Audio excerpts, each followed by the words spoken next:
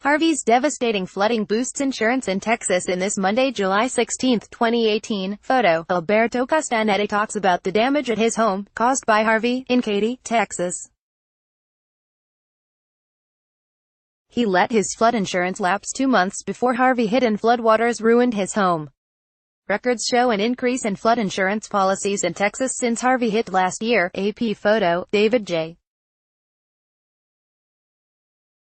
Philip, Katy, Texas. AP, little more than 2 months before Hurricane Harvey slammed the Gulf Coast of Texas, Alberto Castanetti let his home's flood insurance lapse.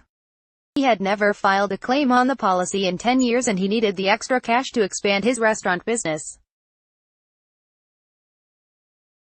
Standing inside his suburban Houston home nearly a year later, Castanetti tallies the cost of the destructive floods to himself and his uninsured neighbors. One couple in their 70s let their home go into foreclosure. 2 people, overwhelmed by the difficulties of rebuilding, committed suicide. Castanetti, 52, ended up using nearly $135,000 from his business to cover repairs to his home that Harvey submerged under more than 2 feet, 60 centimeters, of water. It's very devastating, especially if you don't have the insurance. You feel like, what am I going to do? Castanetti tearfully explains. Castanetti bought new flood insurance after Harvey, and many others in Texas have done the same. But data from states with a history of extreme weather suggests those numbers will eventually drop off, leaving residents once again vulnerable to flooding costs, a situation the Federal Emergency Management Agency says it's working to avoid. Houston, in Harris County, suffered the brunt of Harvey when it pummeled Texas last August. Harvey dumped nearly 50 inches, 130 centimeters, of rain on parts of the flood-prone city. The storm killed nearly 70 people, damaged more than 300,000 structures and caused an estimated $125 billion in damage. Harris County Judge Ed Emmett, the top elected county official, says more than 100,000 flooded homes in Harris County didn't have flood insurance.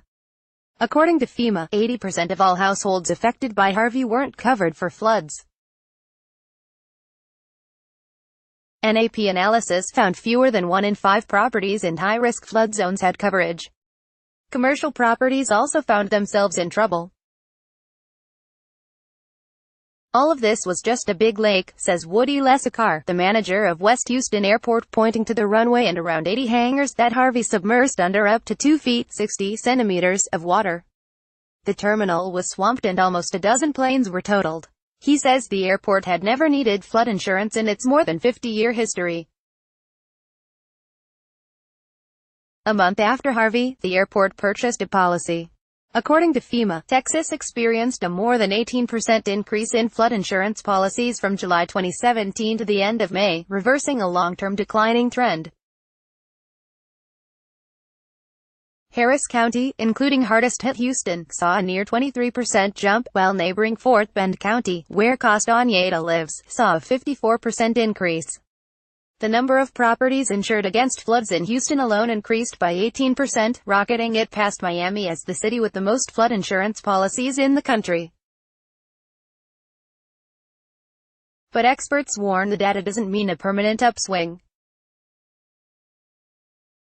Residents tend to buy policies for a few years after big disasters, then cancel because they feel the unused policy is an unnecessary expense, said Howard Gunru III, co-director of the University of Pennsylvania's Risk Management and Decision Processes Center.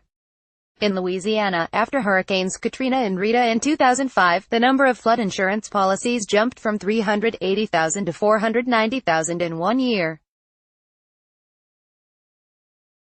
That fell to 450,000 but then climbed again after catastrophic flooding in Baton Rouge and Lafayette in 2016. Louisiana Commissioner of Insurance James Donelon warns this may not last. Our experience over the past 10 years is that memories fade and people put their greatest asset at risk of being lost in the next severe rain event, Donelon says. The year after Superstorm Sandy in 2012, flood insurance policies increased by 2% in New Jersey and 12.5% in New York. But since the end of 2013, policies have dropped by 7.4% in New Jersey and 8% in New York.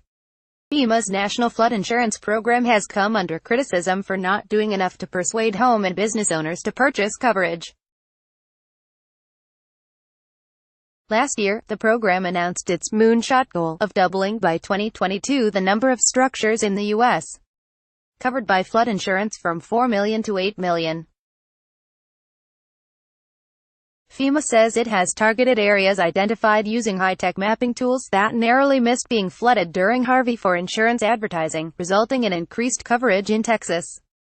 "What we're trying to drive is really a culture of preparedness," said Paul Huang, the assistant administrator for federal insurance at FEMA. But that goal might be hard to attain. Policies nationally had been declining since 2009, and despite the bump in Texas since Harvey, coverage has continued to drop in most states, according to an AP analysis of FEMA data. Donnellan says he doesn't think the FEMA program will boost its numbers unless coverage is required on all federally backed mortgages. And he warns that congressional reauthorization of the program, which is saddled with $20 billion in debt, could result in higher premiums. Standing in his home, still without floors, cabinets or appliances, Castañeda hopes he can move back in by the end of July. "We've bought the insurance and whatever happens, happens in the future," he says. Hoyer reported from Washington, D.C. Follow Juan A. Lozano on Twitter at www.twitter.com/JuanLozano70. Copyright 2018 The Associated Press. All rights reserved. This material may not be published, broadcast, written or redistributed.